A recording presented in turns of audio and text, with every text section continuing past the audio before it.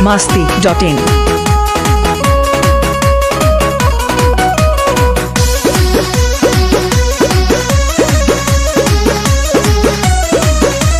जान से ज्यादा प्यार तोहके जान करीले, अब तारो जो जागिए के बिहान करीले।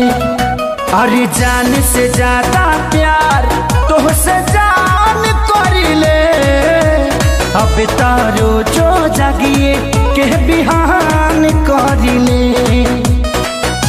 अखिया से नील हमारा भाग गइल बा, चुम्मा तोहर मुँहे हमारा लाग गइल बा, चुम्मा तोहर मुँहे हमारा लाग गइल बा। चुम्मा तोहर मुँहे हमारा लाग गइल बा, चुम्मा तोहर मुँहे हमारा लाग गइल बा।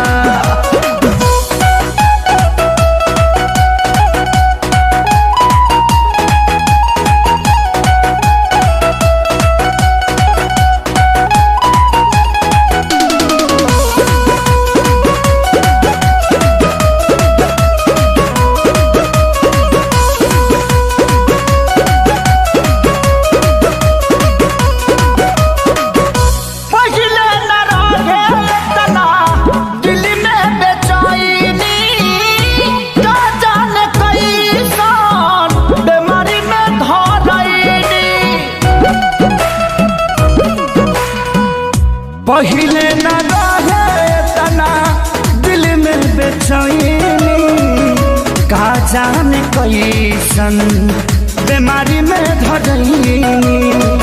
अखिया तोहर कोली ऐसन दाग गइल बा, चुम्मा तोहर मुँहे हमारा लाग गइल बा, चुम्मा तोहर मुँहे हमारा लाग गइल बा, चुम्मा तोहर मुँहे हमारा लाग गइल बा, चुम्मा तोहर मुँहे हमारा लाग गइल बा।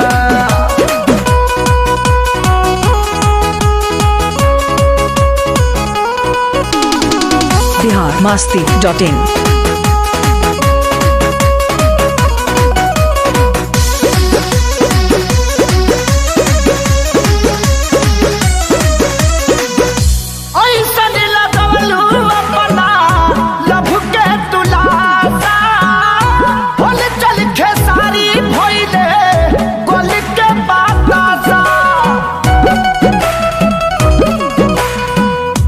ऐसन लगवलू अपना लभ के तुलासा, हल चल खेसारी भैले गल के बतासा।